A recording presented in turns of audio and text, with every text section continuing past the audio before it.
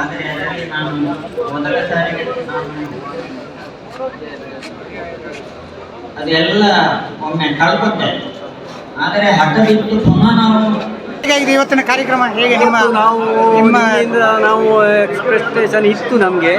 ಮೊನ್ನೆ ನಾವು ಸಂಘಟಕರು ಮಾತಾಡ್ತಾ ಇರುವಾಗ ಜನ 1,000ದ ಮೇಲೆ ಆಗ್ಬೋದು ಅಂತೇಳಿ ಇತ್ತು.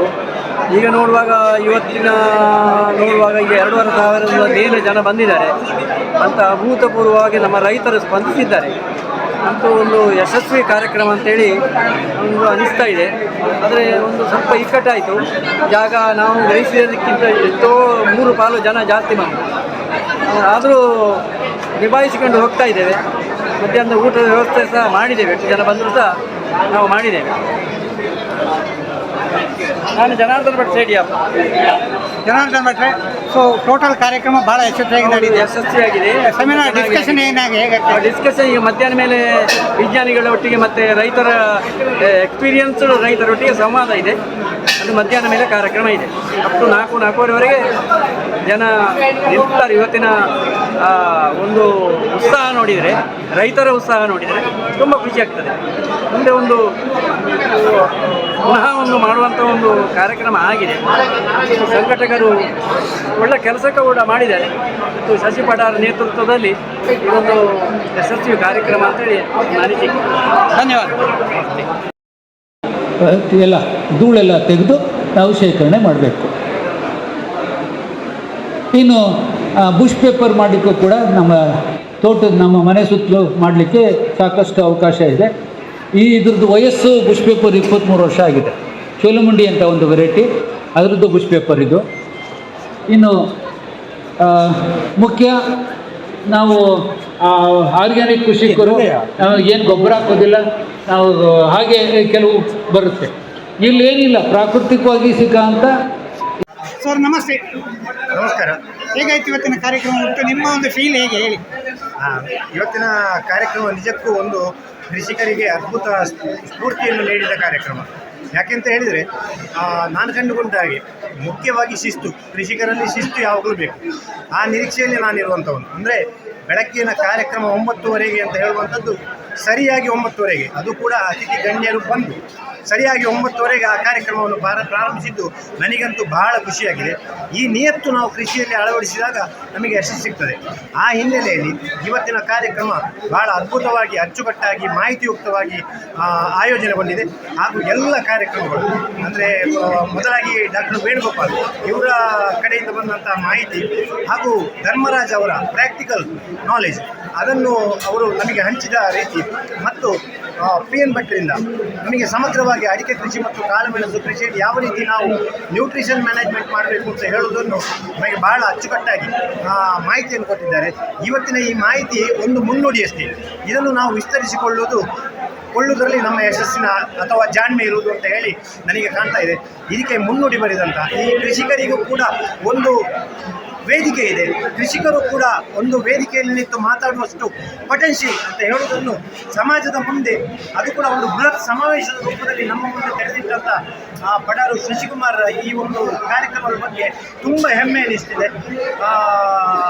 ಈ ಕಾರ್ಯಕ್ರಮದ ಆಯೋಜಕರಿಗೆ ಮತ್ತು ಇದರಲ್ಲಿ ಸೇರಿದ ಎಲ್ಲ ಕೃಷಿಕ ಬಾಂಧವರಿಗೆ ನಾನು ಶುಭಾಶಯಗಳನ್ನು ಹೇಳ್ತೇನೆ. ನಮ್ಮ ಕೃಷಿ ಸಮಾಜ, ಆಗ ಧರ್ಮರಾಜ್ ಅವರು ಹೇಳಿದರು, ಯಾವುದೇ ಕಾರಣಕ್ಕೂ ನಿಮ್ಮ ಕೃಷಿ ಭೂಮಿಗಳನ್ನು ಬಿಡುವಂಥ ಹಂತಕ್ಕೆ ಹೋಗಬಾರದು ಅಂತ. ಖಂಡಿತ ಈ ಮಾತನ್ನು ನಾನು ಪ್ರತಿ ಕ್ಷಣದಲ್ಲಿ ನಾನು ಮನಸ್ಸಿನಲ್ಲಿ ಅದನ್ನು ಗ್ರಹಿಸಿಕೊಂಡಿರ್ತೇನೆ ಹಾಗೂ ನನ್ನ ಬಳಗದಲ್ಲಿ ಹಂಚಿಕೊಂಡಿರ್ತೇನೆ. ಆ ರೀತಿಯಲ್ಲಿ ನಾವು ನಮ್ಮ ಕೃಷಿ ಭೂಮಿಯನ್ನು ಆದಷ್ಟು ಅಭಿವೃದ್ಧಿಪಡಿಸುವಂಥ ಗಮನ ಹರಿಸೋಣ, ಇತರ ವಿಚಾರಗಳನ್ನು ಬದಿಗಿರಿಸೋಣ. ಕೃಷಿಯಲ್ಲಿ ಯಶಸ್ಸನ್ನು ಕಾಣುತ್ತಾ ಸಮಾಜದಲ್ಲಿ ನಾವು ಕೂಡ ಎದೆ ಎತ್ತಿ ನಿಲ್ಲುವಂಥ ದಿನಗಳು ನಮ್ಮದಾಗಲಿ ಎಂಬ ಶುಭ ಹಾರೈಕೆಗಳೊಂದಿಗೆ ಈ ಕಾರ್ಯಕ್ರಮದ ಆಯೋಜಕರಿಗೆ ಮತ್ತೊಮ್ಮೆ ಧನ್ಯವಾದಗಳನ್ನು ಕೃಷಿಕ ಸಮಾಜದ ಪರವಾಗಿ ಹೇಳುತ್ತಾ, ನನ್ನ ಈ ಮಾತಿಗೆ ಒಂದೆರಡು ಅವಕಾಶ ಕೊಟ್ಟಂಥ ಚಂದ್ರಶೇಖರ್ ಏತರ್ಕ ಇವರಿಗೆ ಧನ್ಯವಾದಗಳನ್ನು ಹೇಳುತ್ತಾ, ನಾನು ಸುರೇಶ್ ಚಂದ್ರ ದೊಡ್ಡತೋಡಿ ಅಂತ ಹೇಳಿ ಕಲ್ಮಡ್ಕದಲ್ಲಿ ಒಬ್ಬ ಕೃಷಿಕ. ನಮಸ್ಕಾರ. ನಮಸ್ತೆ. ಸಿಗುವ ಒಂದಿಷ್ಟು ಸಮಯದಲ್ಲಿ ಕಾಳುಮೆಣಸಿನ ಕಸಿ ಕಟ್ಟುವ ಕಟ್ಟಿದ ಅನುಭವಗಳನ್ನು ಇಲ್ಲಿ ಹಂಚಿಕೊಳ್ಳಿಕ್ಕೆ ಬಯಸ್ತೇನೆ.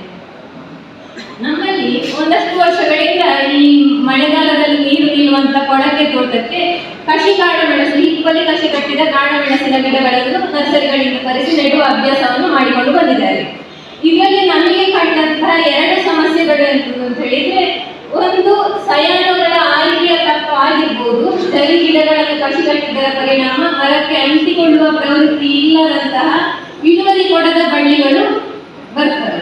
ಮತ್ತೆ ಇನ್ನು ನಾನಾ ಕಾರಣ ಸೋಗೆ ಬಿದ್ದು ಮೇಲಿನ ಕರಿಮೆಣಸಿನ ಬಳ್ಳಿ ಸತ್ತು ಹಿಪ್ಪಲಿ ಮಾತ್ರ ಉಳ್ಕೊಳ್ಳುವಂಥದ್ದು. ಇಂಥದ್ದೆಲ್ಲ ಸಮಸ್ಯೆಗಳಿಗೆ ಎಂತ ಪರಿಹಾರ ಅಂತ ಚಿಂತನೆ ನಡೆಸುವಾಗ ಯಾಕೆ ನಾನೇ ಕೃಷಿ ಕಟ್ಟಬಾರದು ಅಂತ ಹೇಳುವ ಯೋಚನೆ ಬಂದು ನನಗೆ ಅದರ ಬಗ್ಗೆ ಮಾಹಿತಿ ಇರಲಿಲ್ಲ. ಈ ಮೊದಲೆಲ್ಲ ನಾವು ಕೃಷಿ ವಿಚಾರಗಳಿಗೆ ಅಡಿಕೆ ಪತ್ರಿಕೆ, ಕೃಷಿ ಬಿಂಬ, ನಿರಂತರ, ಸುಜಾತ ಈ ತರದ ಕೃಷಿ ಪತ್ರಿಕೆಗಳನ್ನು ಮತ್ತೆ ಕೃಷಿ ಟೂರ್ಗಳನ್ನು ಮಾತ್ರ ಅವಲಂಬಿಸಿದ್ದೆವು. ಈಗ ಮನೆಯಲ್ಲಿ ಕೂತ್ರೆ ಯೂಟ್ಯೂಬ್, ಇನ್ಸ್ಟಾಗ್ರಾಮ್ ರೀಲ್ಸ್ ಮೂಲಕ ನಮಗೆ ಎಲ್ಲ ಮಾಹಿತಿ, ವಿಡಿಯೋಗಳು ಸಿಗ್ತದೆ. ಹಾಗೆ ಒಂದಷ್ಟು ಕೃಷಿ ಕಟ್ಟುವ ಬಗ್ಗೆ ಮಾಹಿತಿಗಳನ್ನು ಕಲೆ ಹಾಕಿಕೊಂಡು ತೋಟದಲ್ಲಿ ಈಗಾಗಲೇ ಇರುವ ಕಾಳುಮೆಣಸಿನ ಬಳ್ಳಿ ಇರುವಂತಹ ಅದರಲ್ಲಿ ಬುಡದಲ್ಲಿ ಬಂದ ಚಿಗುರಿಗೆ ಒಂದು 15 ಕೃಷಿ ಕಟ್ಟಿದೆ. ಅದರಲ್ಲಿ ಒಂದು 8 ಸಕ್ಸಸ್ ಆಯಿತು ಫಸ್ಟಿಗೆ. ಹಾಗೆ ಅದನ್ನು ಇನ್ನಷ್ಟು ಮಾಡುವ ಅಂತ ಹೇಳುವ ಒಂದು ಇಂಟ್ರೆಸ್ಟ್ ಬೆಳೀತಾ 8 ಸಕ್ಸಸ್ ಅದರಲ್ಲಿ ಮೇಲೆ ಬರಲಿಕ್ಕೆ ಅವಳ ಒಂದು ಪಾತ್ರ ಕೂಡ ಹಿಂದಿನಿಂದ ಇದೆ. ಕಾಳುಮೆಣಸಿನ ಕೃಷಿ ಕೇವಲ ನಾವು ಗ್ರಹಿಸಿದಷ್ಟು ಸುಲಭ ಇಲ್ಲ. ಇವತ್ತು ನಾವು ಟನ್ನಿಗೋ ಇದಕ್ಕೋ ಬರಬೇಕಾದ್ರೆ ಕಾರ್ಯಕ್ರಮ ನಾನು ಪುತ್ತೂರು ತಾಲೂಕಿನ ಬೆಳ್ಳಿಪಾಡಿ ಗ್ರಾಮದವನು. ಈ ಕಾರ್ಯಕ್ರಮ ಒಳ್ಳೆ ರೀತಿಯಿಂದ ಕೃಷಿಕರಿಗೆ ಒಳ್ಳೆ ಪ್ರಯೋಜನ ಆಗ್ಬೋದು ಅಂತ ನನ್ನ ಭಾವನೆ. ಇಂಥ ಕಾರ್ಯಕ್ರಮವನ್ನು ತಾವು ಪ್ರತಿ ವರ್ಷವೂ ಮಾಡಿದರೆ ರೈತರಿಗೆ ತುಂಬ ಉಪಯೋಗ ಆಗ್ಬೋದು. ಇದರಾಗಿ ಕರಿಮೆಣಸಿನ ಗಿಡ ಅಥವಾ ಇನ್ನಿತರ ಕೃಷಿಗಳ ಬಗ್ಗೆ ಉತ್ತಮ ಮಾಹಿತಿ ನೀಡಿದ್ದೀನಿ. ಹಾಗೆ ಉತ್ತಮ ಊಟ ಕೂಡ ಒಳ್ಳೆಯದಾಗಿದೆ, ಊಟದ ಕೂಡ ಉತ್ತಮ ರೀತಿಯಲ್ಲಿ ಆಗಿದೆ. ಕಾರ್ಯಕ್ರಮ ಮಾಡಿದವರಿಗೆ ನಾನು ಧನ್ಯವಾದವನ್ನು ಸಮರ್ಪಿಸ್ತೇನೆ. ನಾನು ಆರ್ಕೋಟೆಕ್ ಶಾಪ್ ಇದೆ, ಹಾಗೆ ಸ್ವಲ್ಪ ಕೃಷಿ ಬಗ್ಗೆ ತಿಳ್ಕೊಳ್ಳೋಣ. ಕಾಳುಮೆಣಸು ರೈತರಿಗೆ ಹೆಲ್ಪ್ ಆಗುತ್ತೆ. ಖುಷಿ ಆಯ್ತಾ? ಖುಷಿಯಾಗಿದೆ. ಹಾಗೂ ನಾನು ಅದೇ ಕೃಷಿಯಲ್ಲಿ ಸ್ವಲ್ಪ ಇಂಪ್ಲಿಮೆಂಟ್ ಮಾಡ್ಕೋಬೇಕಂತ ತಿಳ್ಕೊಬೇಕು ಅನ್ನೋ ಕಾರಣಕ್ಕೆ. ಎಷ್ಟು ಜನ ಬಂದಿದ್ದೀರಿ ನೀವು? ನಾನು ಒಬ್ಬರೇ ಬಂದದ? ಹಾಗೆ ಬಂದಾಗ ಇವ್ರ ಪರಿಚಯ ಆಯಿತು. ಇಲ್ಲಿಗ ಜಸ್ಟ್ ಮಾಡಿ. ನಾನು ಸವಿತಾ ಕಿಶನ್ ಬೆಟ್ಲದಿಂದ ಬಂದದ್ದು. ಕಾಳುಮೆಣಸು ಮತ್ತು ಅಡಿಕೆ ಇದನ್ನೆಲ್ಲ ವಿಷಯಗಳನ್ನು ತಿಳ್ಕೊಂಡು ಹೋಗುವ ಅಂತೇಳಿ ಬಂದದ್ದು. PN ಭಟ್ರು ಅವರ ಮಾರ್ಗದರ್ಶನದಲ್ಲಿ ನಾವು ಅಡಿಕೆ ಬೆಳೆಯನ್ನು ಮಾಡ್ತೇವೆ. ಇವತ್ತು ಹೊಸ ಪಾಯಿಂಟ್ಸ್ ಏನೋ ಸಿಕ್ಕಿದೆ ನಿಮಗೆ? ಕೆಲವು ಪಾಯಿಂಟ್ಗಳು ಸಿಕ್ಕಿದೆ. ಇಷ್ಟವರೆಗೆ ಕೇಳದ ಕೆಲವು ಪಾಯಿಂಟ್ಗಳು ವೇಣುಗೋಪಾಲ್ ಸರ್ ಇದ್ದು ಕೆಲವು ಪಾಯಿಂಟ್ಗಳು ಸಿಕ್ಕಿದ್ದಾರೆ. ಖುಷಿ ಆಯ್ತಾ? ಖುಷಿ ಆಯ್ತು. ಹೇಗೆ ಸಂಘಟನೆ ಒಟ್ಟು? ಸಂಘಟನೆ ತುಂಬ ವ್ಯವಸ್ಥಿತವಾಗಿ ನಡೆದಿದೆ, ಚೆನ್ನಾಗಿದೆ. ನಾನು ಕುಂದಾಪುರ ತಾಲೂಕು ಹಿರೇಂಜಾಲ ಗ್ರಾಮದವನು. ಇವತ್ತು ಇಲ್ಲಿ ಕಾರ್ಯಕ್ರಮಕ್ಕೆ ಸುಮಾರು ದೂರ ಒಂದು 170 ಕಿಲೋಮೀಟರ್ ದೂರದಿಂದ ಬಂದು ಸಹ ತುಂಬ ಒಳ್ಳೆಯ ಅನುಭವ ಸಿಕ್ಕಿದೆ ನಮಗೆ. ಇನ್ನೂ ಸಹ ಈ ಅಡಿಕೆ ಮತ್ತು ಕಾಳುಮೆಣಸಿಗೆ ಏನೇನು ಗೊಬ್ಬರ ಹಾಕಬೇಕು ಅಂಥೇಳಿ ಒಂದು ಮಾಹಿತಿ ಕೊಟ್ಟಿದ್ದರೆ ಮಧ್ಯಾಹ್ನ ಕಾರ್ಯಕ್ರಮ ಸಿಗ್ಬೋದು ಅಂತೇಳಿ ನಿರೀಕ್ಷೆಯಲ್ಲಿದ್ದೇವೆ. ಹಾಗೆ ಮಧ್ಯಾಹ್ನ ಸಹ ನಾವು ಇರ್ತೇವೆ ಇವತ್ತು. ಧನ್ಯವಾದ. ನಮಸ್ತೆ, ನನ್ನ ಹೆಸರು ನಾಗೇಶ್ ಕಿಣಿ ಅಂತ. ನಾನು ಬೈಂದೂರು ತಾಲೂಕಿಂದ ಬಂದಿರೋದು. ಅಷ್ಟು ದೂರದಿಂದ ಬಂದು ಕೂಡ ನನಗೆ ಬಹಳ ತೃಪ್ತಿ ಆಗಿರುವಂಥದ್ದು ಏನಂತಂದರೆ, ಇಂಥ ದೊಡ್ಡ ದೊಡ್ಡ ಕೃಷಿಕರನ್ನು ನೋಡಿ ಭಾಳ ಸಂತೋಷ ಆಯಿತು. ಅವರ ಕೆಲವು ಅನುಭವಗಳನ್ನು ಕೇಳ್ತಾ ಇದ್ದೇನೆ. ಹಾಗೆ PN ಭಟ್ ಸರ್ ಬೋರೋನ್ ಮತ್ತು ಜಿಂಕಿದು ಏನು ಅವಶ್ಯಕತೆ ಇದೆ ಅದನ್ನು ಭೂಮಿಗೆ ಸೇರಿಸದೆ ಸ್ಪ್ರೇ ಯಾಕೆ ಮಾಡಬೇಕು ಅದ್ರ ಬಗ್ಗೆ ಎಲ್ಲ ತಿಳಿಸ್ಕೊಟ್ಟಿದ್ದಾರೆ. ಮತ್ತು ಧರ್ಮರಾಜ್ ಸರ್ ಕೂಡ ಬಹಳ ಉತ್ತಮವಾದಂತಹ ವಿಚಾರಗಳನ್ನು ಹೇಳಿದ್ದಾರೆ. ಅದನ್ನು ಮತ್ತು ಡೀಟೇಲ್ಸ್ ಆಗಿ ಕೇಳುವಂಥ ಆಸೆ ಇದೆ. ಇನ್ನೂ ಈ ಥರ ಹಲವಾರು ಕಾರ್ಯಕ್ರಮಗಳಿಗೆ ಭಾಗವಹಿಸಬೇಕಂತ ಆಸೆ ಇದೆ. ದಯವಿಟ್ಟು ಅವರಲ್ಲಿ ರಿಕ್ವೆಸ್ಟ್ ಮಾಡ್ತೇನೆ, ಇಂಥ ಕಾರ್ಯಕ್ರಮ ಮಾಡ್ತಾಯಿರಿ. ಆದರೆ ಕುಂದಾಪುರ ಭಾಗದಲ್ಲಿ ಮಾಡಿದರೆ ನಮ್ಗೆ ಬಹಳ ಅನುಕೂಲ ಆಗ್ತದೆ.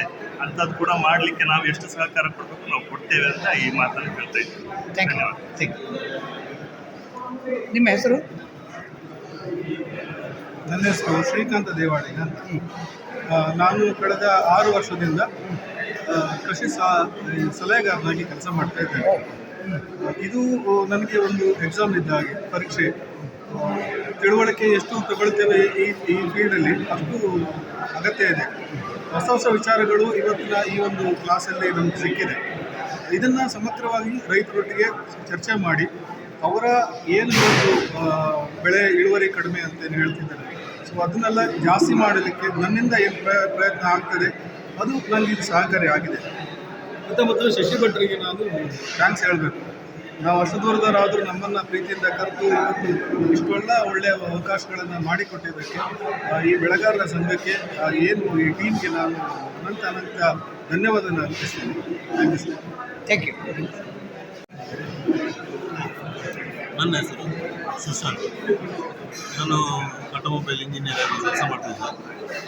ಈಗೊಂದು 3-4 ವರ್ಷದಿಂದ ಕೆಲಸವನ್ನು ಬಿಟ್ಟು ಈಗ ಅಡಿಕೆ ಕೃಷಿ ಚಟುವಟಿಕೆ ತೊಡಗಿಸಿದ್ದೀನಿ.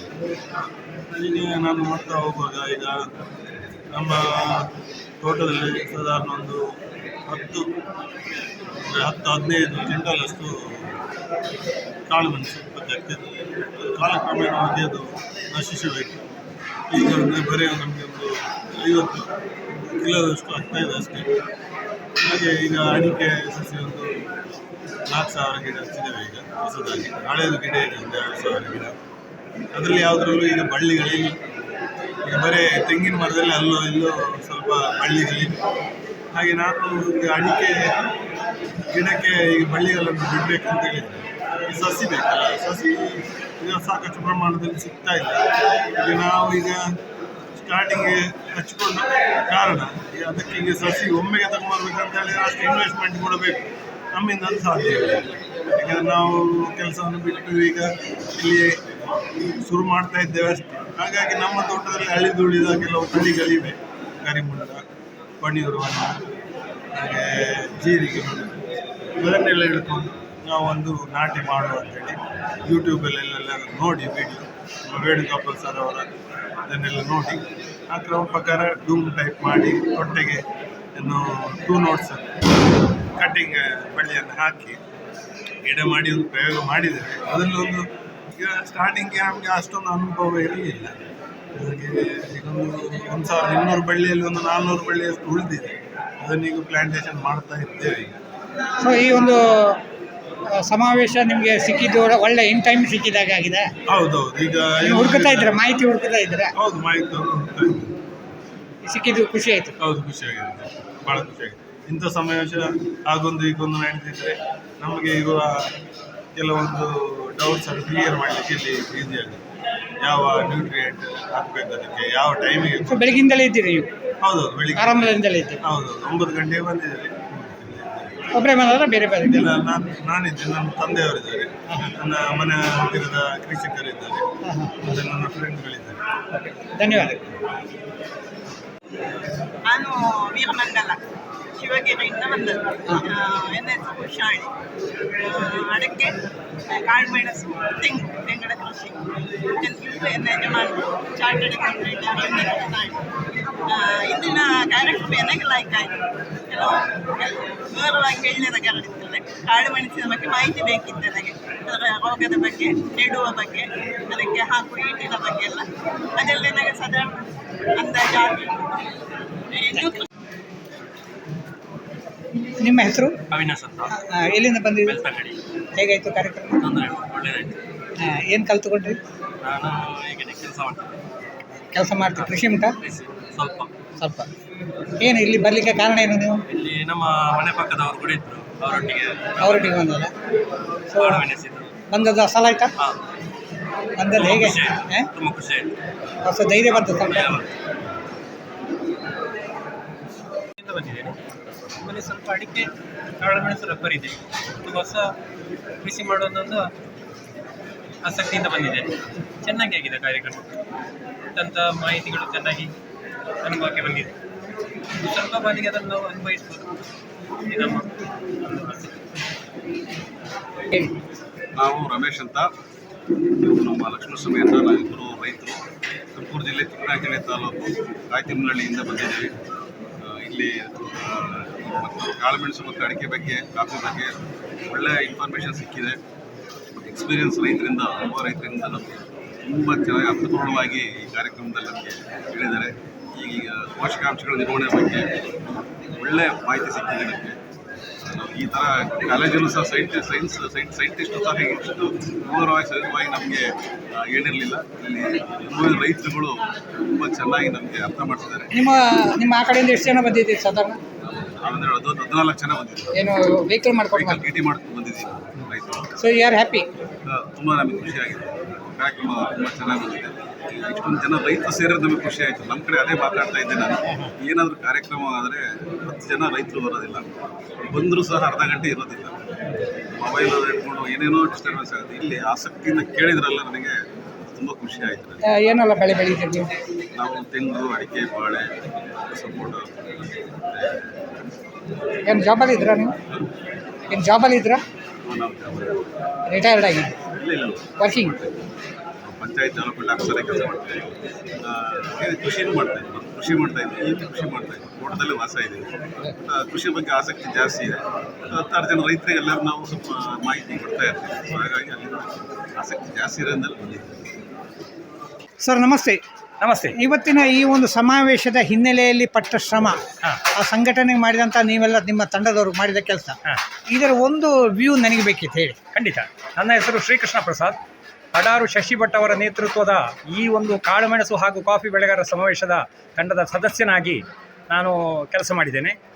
ನಾವು ಈ ಕಾರ್ಯಕ್ರಮವನ್ನು ಆಯೋಜಿಸಲು 2 ಸಲ ಮೀಟಿಂಗ್ ಮಾಡಿದ್ದೇವೆ. ಅದೇ ರೀತಿ ಸಮಿತಿಯ ಸದಸ್ಯರು ಎಲ್ಲ ಅತಿಥಿಗಳನ್ನು ಬರಲಿಕ್ಕೆ ಹೇಳಲಿಕ್ಕೆ, ಕಾಗದ ಪತ್ರಗಳನ್ನು ತಯಾರು ಮಾಡಲಿಕ್ಕೆ, ಆಮಂತ್ರಣಗಳನ್ನು ಕೊಡಲಿಕ್ಕೆ ಸಾಕಷ್ಟು ಶ್ರಮವನ್ನು ಪಟ್ಟಿದ್ದಾರೆ. ಅದೇ ರೀತಿ ನಿನ್ನೆಯ ದಿವಸ ಹೆಚ್ಚಿನವರು ಬಂದು ಇಲ್ಲಿ ಇವತ್ತಿನ ಊಟ ಉಪಚಾರಗಳ ವ್ಯವಸ್ಥೆ, ಸಮಾರಂಭದ ವ್ಯವಸ್ಥೆ, ಸ್ಟೇಜಿನ ವ್ಯವಸ್ಥೆಯನ್ನೆಲ್ಲ ಮಾಡಿದ್ದಾರೆ. ಈ ಎಲ್ಲ ಕಾರ್ಯಕ್ರಮಗಳಿಗೂ ಈ ಎಲ್ಲ ಸದಸ್ಯರು 10 ಜನ ಸದಸ್ಯರಿದ್ದಾರೆ ಸಮಿತಿಯಲ್ಲಿ. ಆ ಸದಸ್ಯರಲ್ಲದೆ ಒಟ್ಟಿಗೆ ನಮ್ಮ ಸಂಪರ್ಕದಲ್ಲಿರುವಂತಹ ನಮ್ಮ ಆತ್ಮೀಯ ಮಿತ್ರರು ಸಹ ಬಂದು ಸೇರಿಕೊಂಡಿದ್ದಾರೆ. ಮತ್ತು ಅದಲ್ಲದೆ ಇವತ್ತಿನ ಕಾರ್ಯಕ್ರಮಕ್ಕೆ ಬೆಳಿಗ್ಗೆ ಬಂದು ಎಲ್ಲ ಏರ್ಪಾಡುಗಳನ್ನು ಮಾಡಿಕೊಂಡಿದ್ದೇವೆ. ಇಲ್ಲಿ ಸ್ಟಾಲ್ಗಳ ವ್ಯವಸ್ಥೆಗೆ, ಅದೇ ರೀತಿ ಬೆಳಗಿನ ತಿಂಡಿ ಉಪಹಾರದ ವ್ಯವಸ್ಥೆಗೆ ಎಲ್ಲರೂ ಸಹ ಸಹಕರಿಸಿದ್ದೇವೆ. ಅದೇ ರೀತಿ ಈಗ ಮಧ್ಯಾಹ್ನದ ಊಟಕ್ಕೂ ಸಹ ವಾಲಂಟಿಯರ್ಸ್ಗಳಾಗಿ ಈ ಸದಸ್ಯರಲ್ಲದೆ ಹಲವಾರು ಜನ ಸಹ ಬಂದು ಸೇರಿದ್ದಾರೆ. ಎಲ್ಲರ ಸಹಕಾರದಿಂದ ಮಾಡಿರುವಂತಹ ಈ ಒಂದು ಕಾರ್ಯಕ್ರಮ ಅಭೂತಪೂರ್ವವಾಗಿ ಯಶಸ್ಸನ್ನು ಕಂಡಿದೆ ಅಂತ ನಮಗೆ ಅನಿಸ್ತಾ ಇದೆ. ಇವತ್ತು ಸುಮಾರು ಒಂದು 2,500ದಿಂದ 2,500 ಜನ ಬಂದಿರ್ಬೋದು. ಬಂದು ತಮ್ಮ ಒಂದು ಒಳ್ಳೆಯ ಅಭಿಪ್ರಾಯವನ್ನು ಹಂಚಿದ್ದಾರೆ. ಎಲ್ಲರೂ ಸಹ ಹೆಚ್ಚಿನವರು ಸಹ ಊಟ ಎಲ್ಲ ಮಾಡಿಕೊಂಡಿದ್ದಾರೆ. ಊಟ ಉಪಚಾರಗಳಲ್ಲಿಯೂ ಸಂತೃಪ್ತರಾಗಿದ್ದಾರೆ. ಬಂದಿರುವಂತಹ ಸ್ಟಾಲ್ಗಳ ಬಗ್ಗೆಯೂ ಸಹ ಒಳ್ಳೆಯ ಅಭಿಪ್ರಾಯವನ್ನು ಹೇಳಿದ್ದಾರೆ. ಬಂದಿರುವ ಇಲ್ಲಿ ಸಮಾರಂಭಕ್ಕೆ ಮುಖ್ಯವಾಗಿ ಬಂದದ್ದೇನು ಅಂತ ಹೇಳಿದರೆ ಇವತ್ತಿನ ಈ ಸಭಾ ಕಾರ್ಯಕ್ರಮ ಕಾಳುಮೆಣಸು ಕಾಫಿ ವಿಚಾರದಲ್ಲಿ ಹಾಗೂ ಅಡಿಕೆ ಕೃಷಿಯ ಬಗ್ಗೆ ಈವರೆಗೆ ಕೊಟ್ಟಂತಹ ಒಳ್ಳೆಯ ಅಭಿಪ್ರಾಯಗಳನ್ನು ಕೊಟ್ಟಿದ್ದಾರೆ. ಬಹುಶಃ ಒಂದು ಅಭೂತಪೂರ್ವವಾದಂತಹ ಯಶಸ್ಸನ್ನು ಈ ಕಾರ್ಯಕ್ರಮ ಕಂಡಿದೆ ಅಂತ ಹೇಳಿದರೆ ತಪ್ಪಾಗಲಾರದು. ಇದರಲ್ಲಿ ಮುಖ್ಯವಾಗಿ ಇನ್ನೊಂದು ವಿಷಯ ಹೇಳಬೇಕು ಅಂದರೆ ಇವತ್ತಿನ ಕಾರ್ಯಕ್ರಮ ಸಂಪೂರ್ಣ ಆರ್ಥಿಕ ಸಂಪನ್ಮೂಲದ ಕ್ರೋಢೀಕರಣ ಮತ್ತು ವ್ಯವಸ್ಥೆ ಪಡಾರು ಶಶಿ ಭಟ್ರದ್ದೇ ಆಗಿರ್ತದೆ. ಹಾಗೆ ಅವರ ನೇತೃತ್ವದಲ್ಲಿ ನಾವೆಲ್ಲ ಒಟ್ಟು ಸೇರಿ ಕಾರ್ಯಕ್ರಮವನ್ನು ಮಾಡಿದ್ದಾರೆ ಅಂತ ಹೇಳಲಿಕ್ಕೆ ಸಂತೋಷ ಆಗ್ತಾ ಇದೆ. ಧನ್ಯವಾದ. ഞാൻ ഈ ജനാർദ്ദനൻ വാണൂര് കാസർഗോഡ് താലൂക്കിലാണ്. ഇന്നിവിടെ പുത്തൂരിൽ നടക്കുന്ന കുരുമുളക് സംബന്ധമായ ഒരു കൃഷിക്കാരുടെ കൂട്ടായ്മയും അതിനോടനുബന്ധിച്ചുള്ള അതിൻ്റെ എക്സ്പേർട്സിൻ്റെ ക്ലാസ്സിൽ ഞാൻ പങ്കെടുത്തു.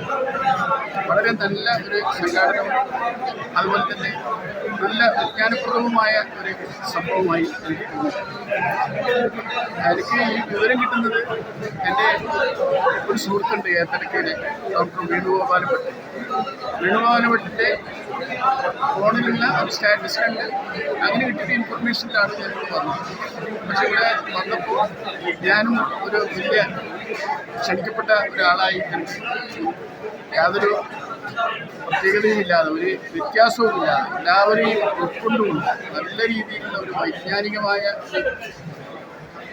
സംവാദമാണ് ഇവിടെ നടന്നത്. അതുപോലെ തന്നെ കൃഷിക്കാർക്ക് ആവശ്യമുള്ള ഒരുപാട് പ്രദർശന വസ്തുക്കൾ, നടീൽ വസ്തുക്കൾ ഒക്കെ ഇവിടെ കാണാൻ സാധിച്ചു. വളരെ ഈ സംരംഭത്തിന് എല്ലാവിധ ആശംസകളും അർപ്പിക്കുന്നു. Thank you.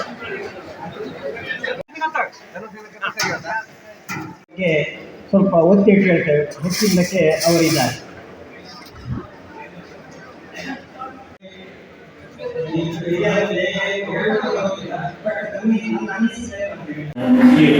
ತಿರುವಳಿ ನಾರಾಯಣ ಭಟ್ ಅವರು ತಮ್ಮ ಪ್ರಾಥಮಿಕ ಶಿಕ್ಷಣವನ್ನು ತಿರುವಳಿ ಹಾಗೂ ಮೂಡಿಗೆರೆ ಶಾಲೆಯಲ್ಲಿ ಕನ್ಯಾ ಹಾಗೂ ಕನ್ಯಾ ಸರ್ಕಾರಿ ಪದವಿ ಪೂರ್ವ ಕಾಲೇಜಿನ ಹೈಸ್ಕೂಲ್ PUC ಸುಳ್ಯದ MNC ವಾಣಿಜ್ಯ ಪದವಿ ವಿದ್ಯಾಸಂಸ್ಥೆ ನಡೆಸಿಕೊಂಡು 1986ರಲ್ಲಿ ಉತ್ತರ ಭಾರತದ ಸಸ್ಯ ಪೋಷಕರ ಜೀವನ ಆರಂಭ. ಒಂದು ಸೆಮಿನಾರ್ನ ವಿಶೇಷ ಒಂದು ಬಾಯಾರಿಕೆ ಮಾಡಿದಂಥ ಒಂದು ವಿಷಯ ಏನಿದೆ ಇದು? ಗೆಣಮೆಣಸಿನ ಕಷಾಯ. ಗೆಣಮೆಣಸಿನ ಕಷಾಯ ಏನೆಲ್ಲ ಹಾಕ್ತಾರೆ ಇದಕ್ಕೆ? ಗೆಣಮೆಣಸು ಬೆಲ್ಲ ಹಾಕಿ ಕಡವದು ಅಷ್ಟೇ. ಈಗ ಇದರದ್ದು ಫುಲ್ ಮುಗಿದಿದೆ ಹೇಗೆ? ಹಾಂ, ಫುಲ್ ಮುಗಿದಿದೆ. ಒಂದ್ಸಲ ಮಾಡಿದ್ದು ಫುಲ್ ಖಾಲಿ ಆಗಿದೆ. ಎಷ್ಟು ಲೀಟ್ರ್ ಇದು ಸಾಧಾರಣ? ಇದರಲ್ಲಿ ಸಾಧಾರಣ ಒಂದು 50 ಲೀಟರ್ ರೆಡಿ ಹೋಗುದು. 50 ಲೀಟರ್.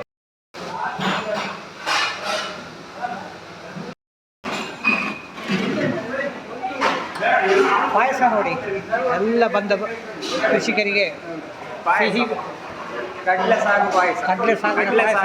ಉಪ್ಪಿನಕಾಯಿ ಮತ್ತು ಉಪ್ಪಿನಕಾಯಿ, ಮುಂಡಿ ಉಪ್ಪಿನಕಾಯಿ.